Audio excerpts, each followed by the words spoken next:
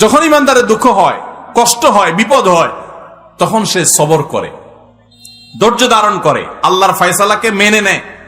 এই সবর করার বিনিময়ে আল্লাহ তাআলা জান্নাত দিবেন তাকে। আস-সাবরু সাওয়াবুহু আল জান্নাহ ইন্নামা ইউওয়াফাস সাবিরুনা আজরাহুম বিগাইরি হিসাব। আপনারা কি জানেন কিয়ামতের ময়দানে কোন ইমানদারকে, কোন মানুষকে আল্লাহ তাআলা কোন হিসাব করে বিনিময় দিবেন না, বিনা হিসাবে দিবেন, যে হিসাব নিকাশ নাই, বিনা হিসাবে ঢেলে দিবেন আল্লাহ তাআলা কাকে জানেন? একমাত্র ব্যক্তি সবরকারী। কোন ব্যক্তি?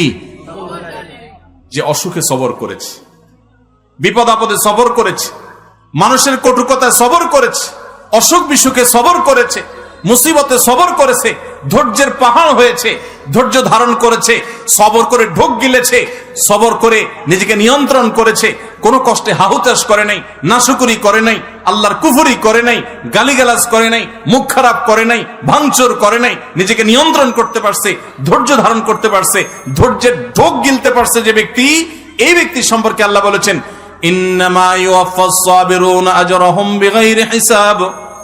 সবরকারীদের বিনিময় আল্লাহ রাব্বুল আলামিন কিয়ামতের ময়দানে কোনো হিসাব নিকেশ করা ছাড়া, তুমি নামাজ কয় ওয়াক্ত পড়ছো, রোজার কতগুলোর সওয়াব পাবা, সুবহানাল্লাহ কতবার পড়ছো, আলহামদুলিল্লাহ কতবার পড়ছো, কয়বার কোরআন খতম দিছো, কয়বার কি ভালো কাজ করছো, এই সমস্ত হিসাব নিকেশ নাই বান্দা। তুমি সারা জীবন সবর করেছো, সব ক্ষেত্রে সবর করেছো, আজকে তোমার দেওয়ার ক্ষেত্রে কোনো হিসাব নিকেশ নাই, বিনা